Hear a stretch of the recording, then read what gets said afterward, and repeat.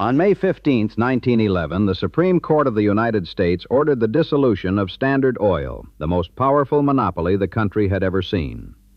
At the time of that ruling, John D. Rockefeller, the man who built it, was worth roughly $300 million.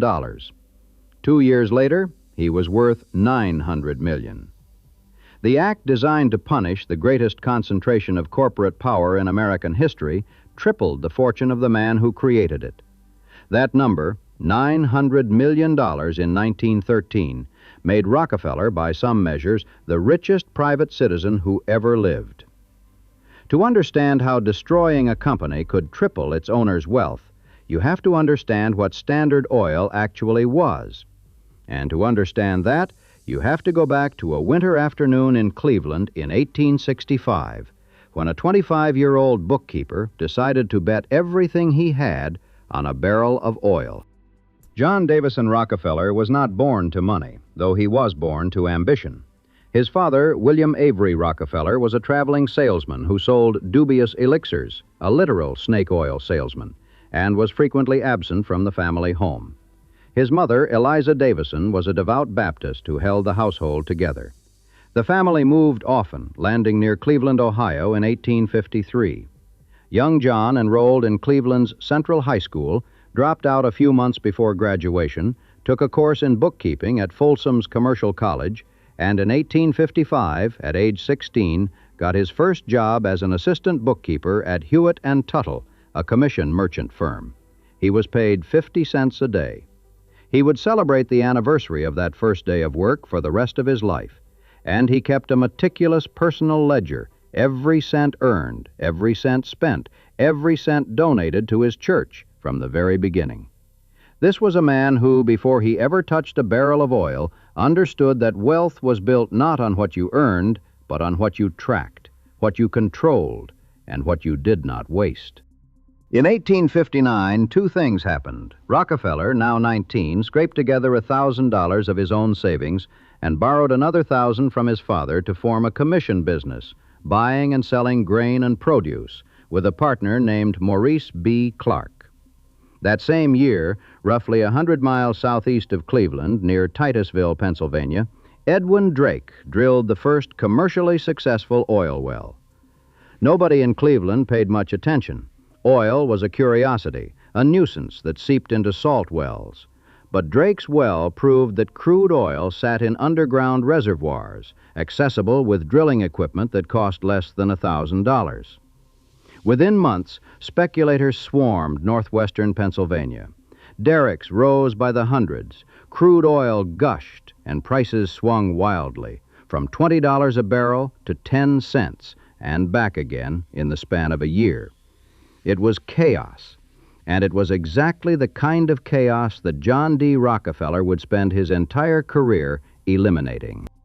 Rockefeller did not rush into oil. He watched. He studied the numbers. The oil industry in the early 1860s was barely an industry at all. It was a gold rush with chemistry. Drilling equipment cost less than $1,000, and anyone with a still, some barrels, and a few $100s could set up a small refinery. By 1863, Cleveland alone had roughly 30 refineries, most of them crude operations that produced uneven kerosene and mountains of waste. The product they were chasing was kerosene, the lamp fuel that was replacing whale oil in American homes. Before 1870, oil light had been only for the wealthy. Kerosene promised to change that, if anyone could make it reliably and cheaply enough. Cleveland sat 100 miles from the Pennsylvania oil fields, connected by new rail lines, and was becoming a major refining center. In 1863, Rockefeller and Clark, joined by a British-born chemist named Samuel Andrews, built their own small refinery in the Flats, Cleveland's industrial district. Andrews was the technical mind. He knew how to coax more kerosene out of a barrel of crude than most competitors could. Rockefeller was the financial mind. He noticed what other refiners ignored. Nearly 40% of every barrel of crude was thrown away as waste. Gasoline dumped into rivers, tar piled in mountains. Rockefeller found markets for every byproduct. Gasoline fueled the refinery's own machines. Tar went to paving. Naphtha was shipped to gas plants. He bought timberland to supply his own barrel-making operation, cutting the cost of a barrel from roughly $3 to under $1.50. He hired his own plumbers, halving the cost of laying pipe. Where others saw waste, Rockefeller saw margin. But the partnership with Clark grew tense. Rockefeller wanted to borrow aggressively, expand relentlessly. Clark's brothers, who had joined the firm, wanted caution. In February 1865, the partners agreed to dissolve the business and auction it to whoever bid highest. Rockefeller, 25 years old, won the refinery for $72,500, a staggering sum for a young man with limited capital. He borrowed much of it. Clark thought he had gotten a bargain, unloading a debt-heavy business. Rockefeller, years later, called it the day that determined his career. He was now in oil, fully and irreversibly. He formed Rockefeller and Andrews and immediately set about expanding. Within 2 years, he needed more capital. In 1867, he brought in Henry Morrison Flagler, a former grain merchant who had gone broke in the salt business and was rebuilding his fortune in Cleveland. Flagler's wife's uncle, Stephen V. Harkness, was one of Cleveland's wealthiest men, and through Flagler, Harkness money flowed into the firm. The partnership became Rockefeller, Andrews, and Flagler. By 1868, it operated the largest oil refinery in the world. They owned 2 Cleveland refineries, a marketing subsidiary in New York, a fleet of tank cars, warehouses on the Hudson River, and boats to carry their product to market. And Rockefeller was 29 years old. Here is where a small detail matters. Rockefeller's refineries had begun shipping kerosene overseas in tin cans, and someone noticed that each can was sealed with 40 drops of solder. Rockefeller ordered experiments. Could they use fewer? At 38 drops, the cans leaked. At 39, they held. 1 drop of solder, saved across millions of cans, would eventually save the company hundreds of thousands of dollars. This is the kind of mind that built Standard Oil. Not a visionary, not an inventor, but an optimizer of almost inhuman patience. A man who understood that a fraction of a cent, multiplied by enough volume, was a fortune. On January 10, 1870, Rockefeller incorporated the Standard Oil Company of Ohio. He chose the name deliberately. Standard was meant to signal consistent quality to buyers who had been burned by the impure kerosene of competitors. Kerosene so badly refined that it caused roughly 3,000 lamp explosions and deaths per year. The new corporation was capitalized at $1 million, making it, by some accounts, the largest oil company in the world at its founding. Its 2 Cleveland refineries held 1/10 of the nation's entire petroleum refining capacity.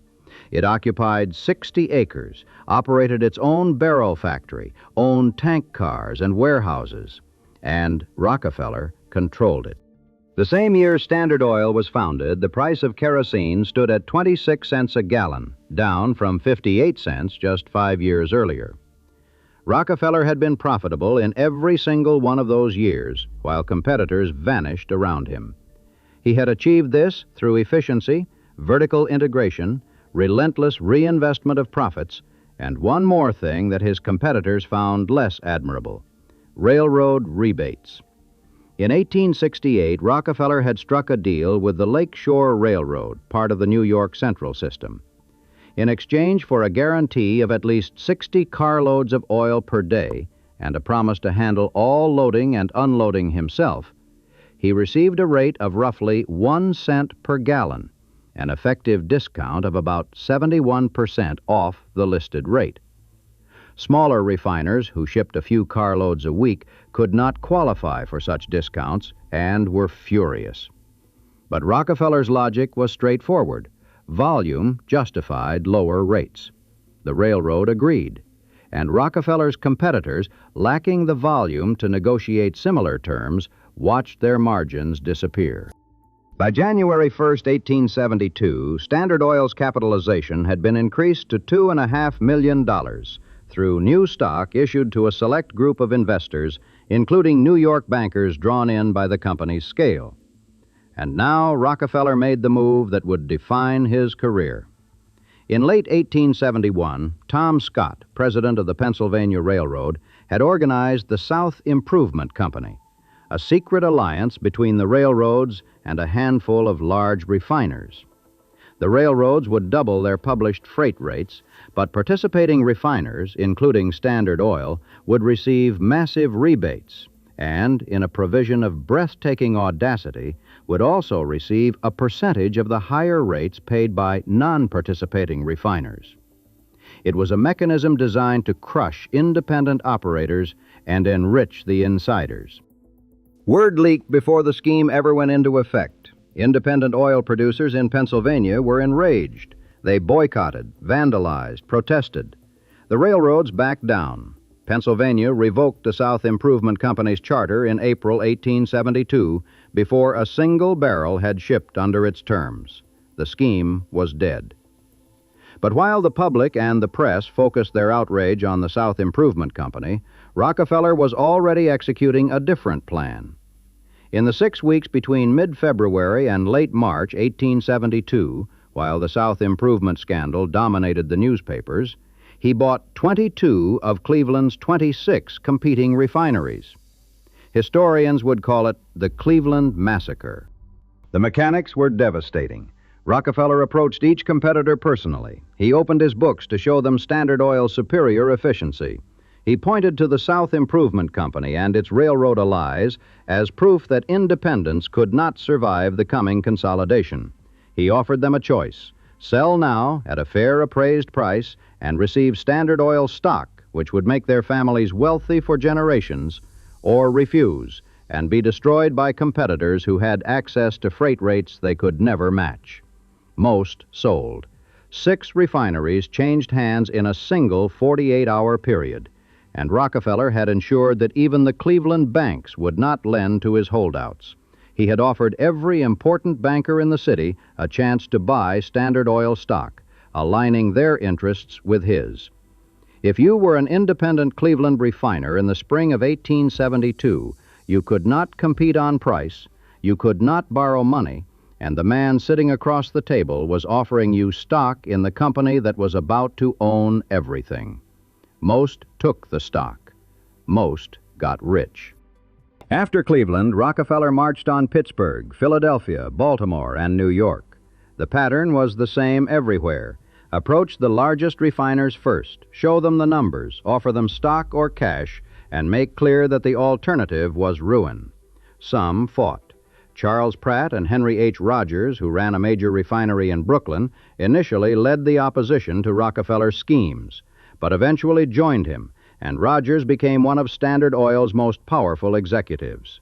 In total, by the mid-1870s, Standard Oil had absorbed some 53 refineries nationwide. Of those, Rockefeller kept the efficient ones running and shut down 22 that he deemed unprofitable. He was not sentimental about the businesses he bought. He was sentimental about waste, and any refinery that wasted oil, money, or labor was a refinery that did not deserve to exist. By 1877, Standard Oil controlled nearly 90% of the oil refining in the United States.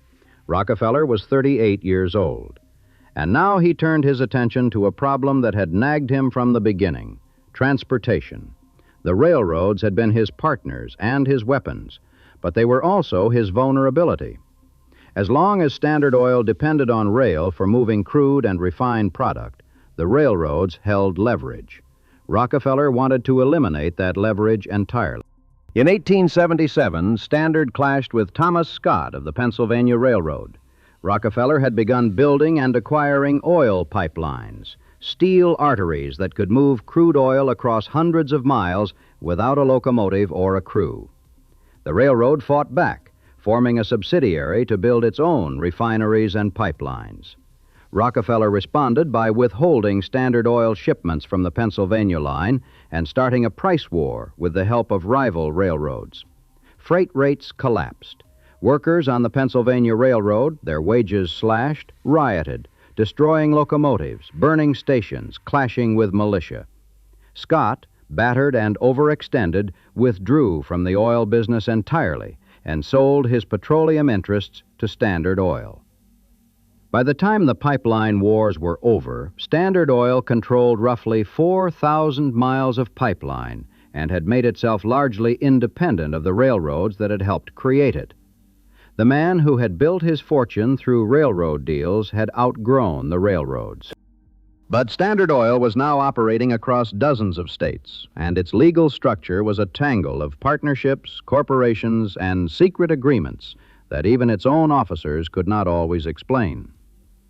Ohio law forbade a company chartered in Ohio from owning companies in other states, and various state legislatures were passing laws designed to restrict out-of-state corporations from doing business within their borders.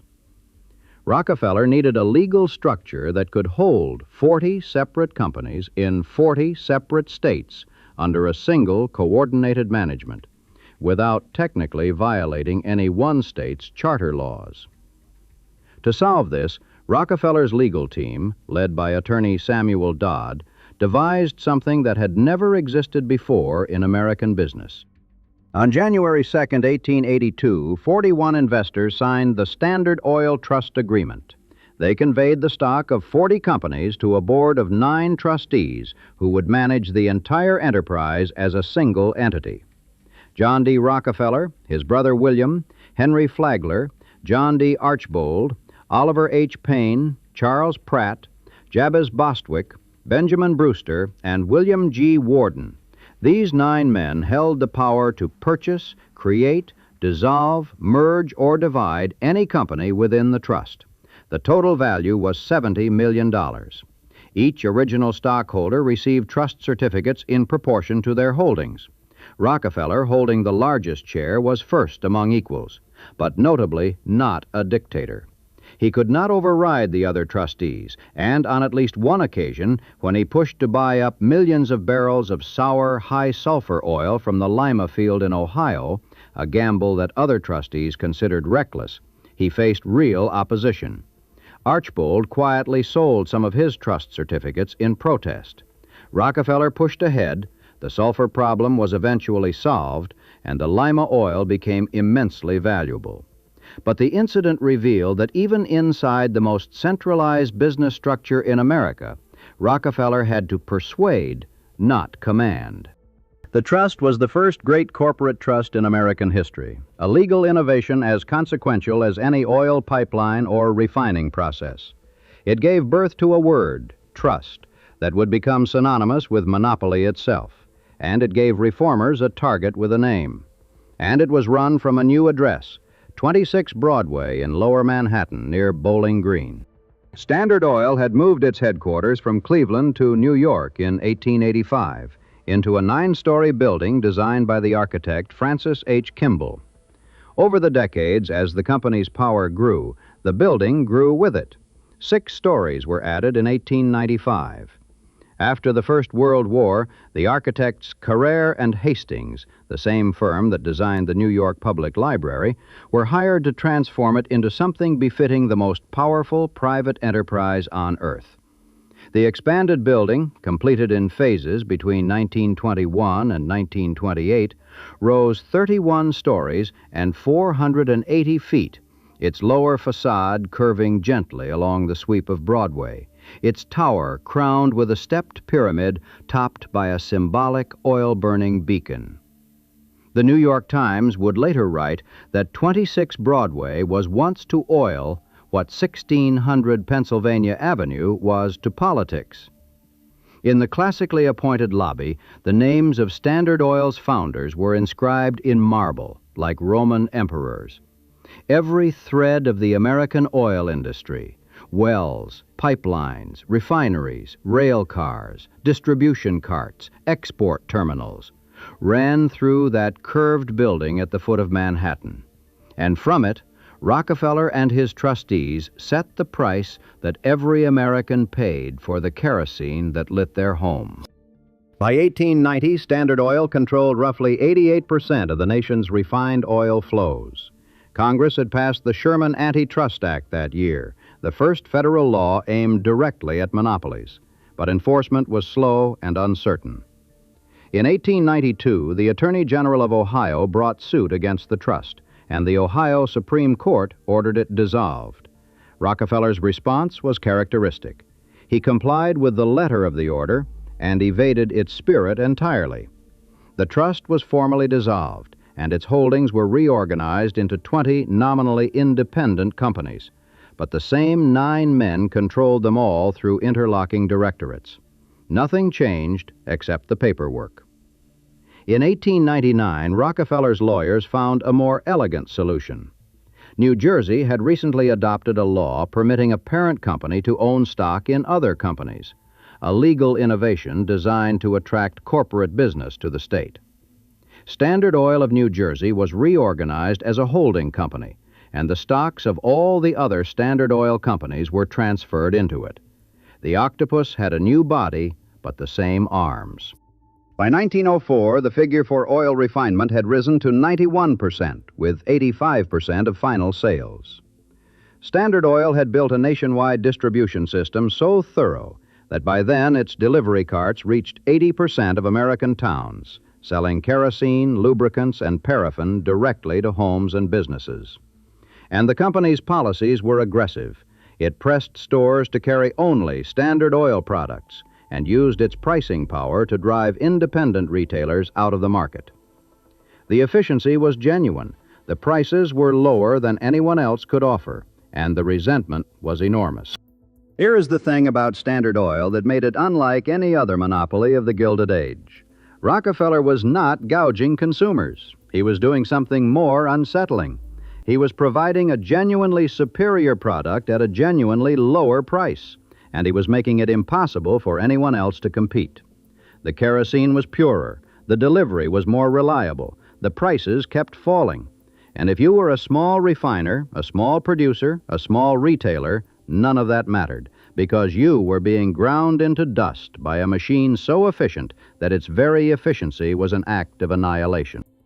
Rockefeller largely retired from daily management in 1896 at the age of 56, though he remained president and the company's largest shareholder. John D. Archbold, a former independent refiner who had risen through Standard Oil's ranks, took over much of the day-to-day operation. Rockefeller retreated to his estates, the mansion on Euclid Avenue in Cleveland, the summer home at Forest Hill in East Cleveland, and eventually the great estate at Pocantico Hills in Westchester County. He played golf, he gave dimes to children, he donated tens of millions to the University of Chicago, to medical research, to education across the South. He suffered from alopecia in the 1890s and lost all his body hair, giving him the gaunt, skull-like appearance that would later be turned against him. And he refused, with a stubbornness that bordered on pathology, to speak publicly about his company, his methods, or his critics. His silence was interpreted as arrogance and confirmation of guilt, which was probably unfair. But it was also the posture of a man who believed his work spoke for itself and could not understand why anyone would see it differently. It was into this silence that Ida Minerva Tarbell stepped. Tarbell was born in 1857, 2 years before Edwin Drake struck oil, in the hill country of northwestern Pennsylvania, the very oil region that Standard Oil had conquered. Her father, Frank Tarbell, built wooden oil storage tanks and later became an independent oil producer and refiner. The South Improvement Company scheme of 1872 had devastated the independent producers around her. She remembered her father coming home grim-faced, his good humor gone. She remembered the fear and bitterness that settled over her community, the suspicion, the sense that invisible forces controlled their livelihoods. She was 14 years old.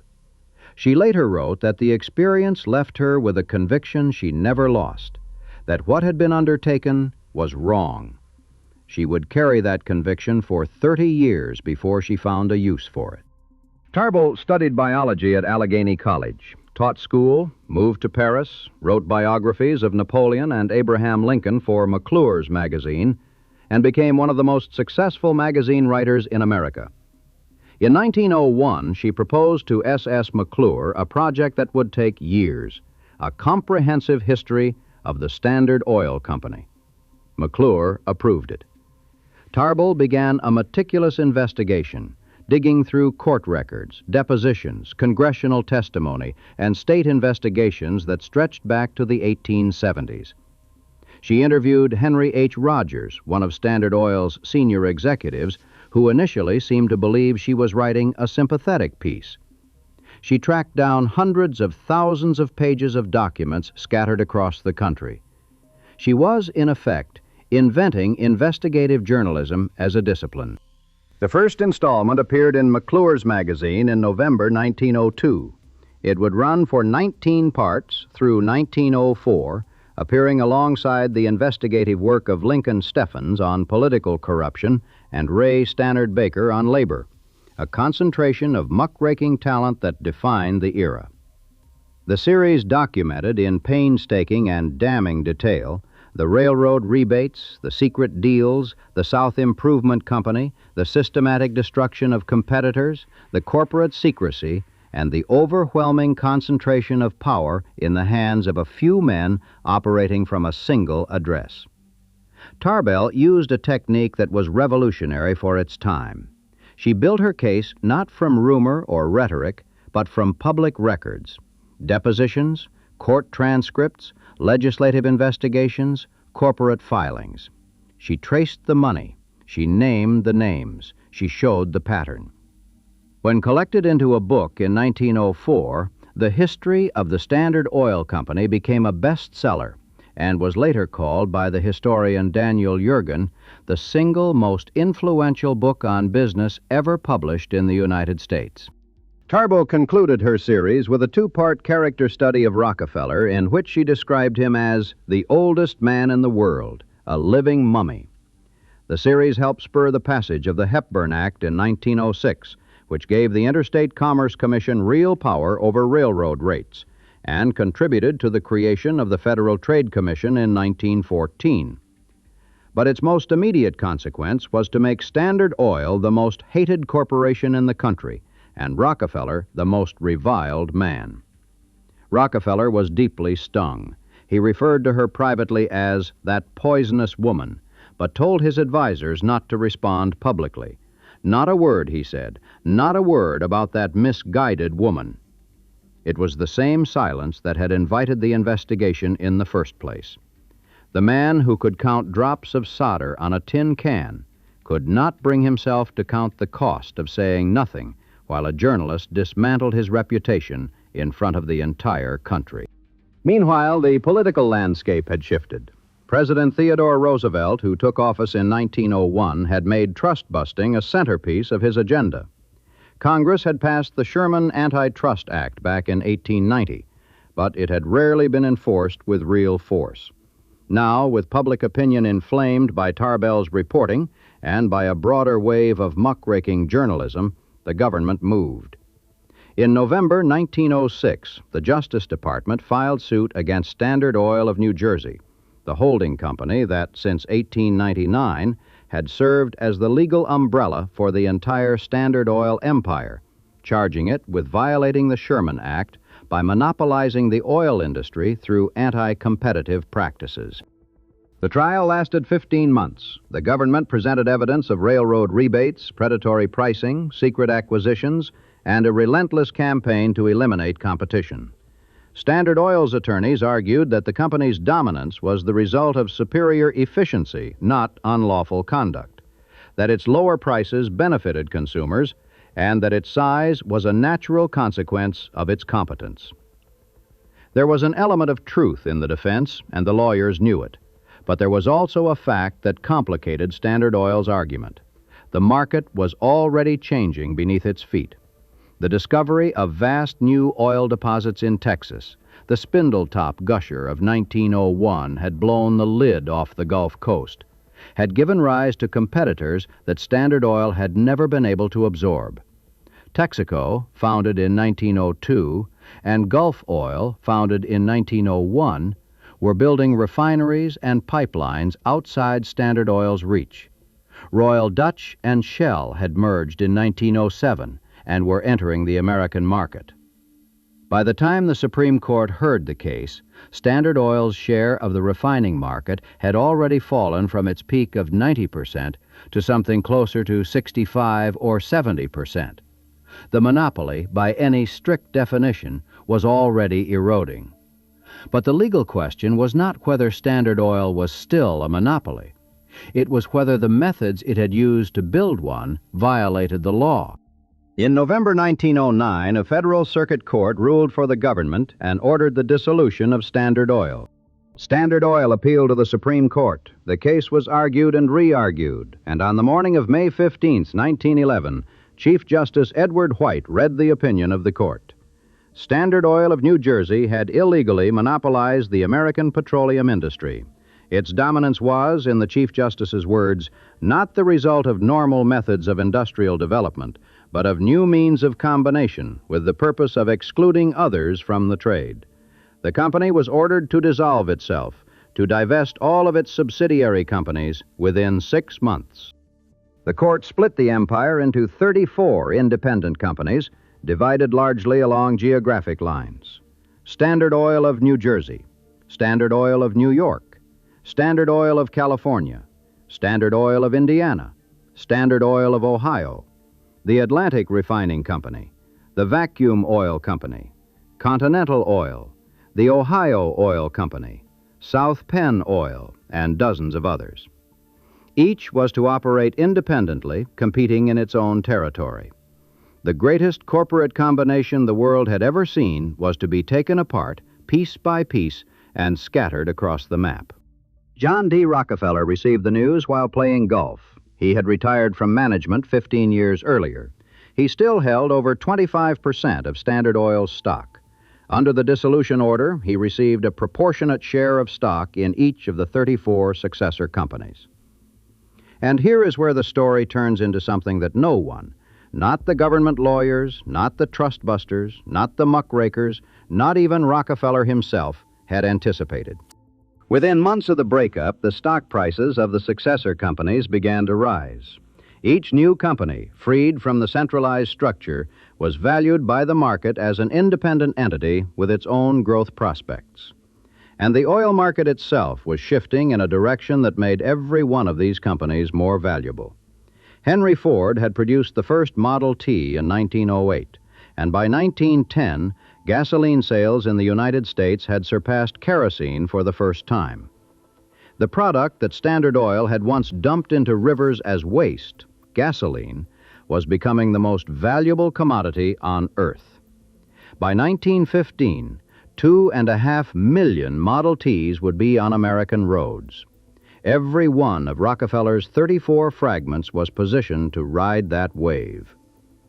A chemist at Standard Oil of Indiana had also developed a new thermal cracking process that could extract roughly 45% gasoline from a barrel of crude, up from the 15% that older methods yielded.